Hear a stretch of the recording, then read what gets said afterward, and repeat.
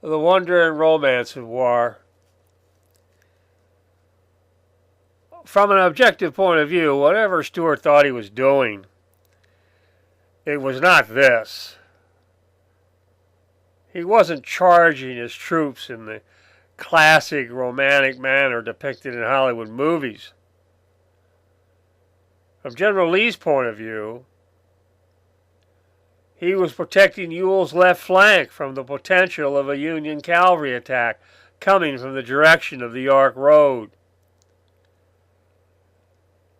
I suppose Stuart was hoping to effect a surprise of the Union cavalry force,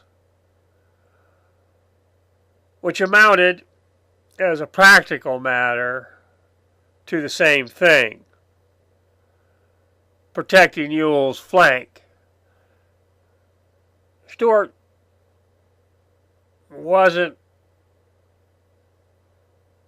a cavalryman who would sit on his haunches. That's very true. It would be natural for him to act aggressively rather than defensively. But it matters not much, because the point is, for those of you who are immersed in the wonder of Civil War writers' romantic narratives, that Stuart had no intention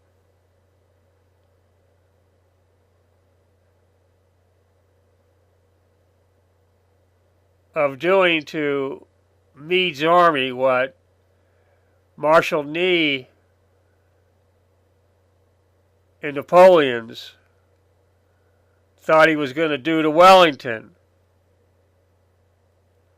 Stuart could hardly have reasonably expected to do more than simply protect Ewell's flank.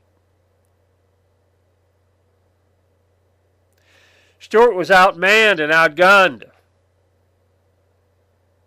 He did not have with him Robertson's and Jones's brigades, and he was short 5 artillery batteries.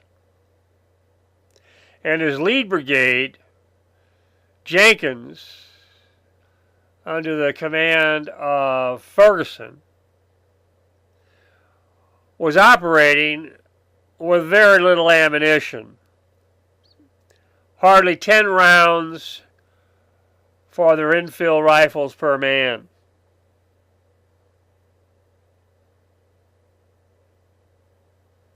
The result was predictable. More than an in-your-face cavalry charge in melee, the cavalry battle between the two sides was mostly fought with artillery at long range and with most of the cavalrymen dismounted. True, toward the end of the engagement, the 7th Michigan swept across the field and collided with Fitzlee's 1st Virginia. But it ended in disaster when the 13th Virginia deflected the 7th, causing the 7th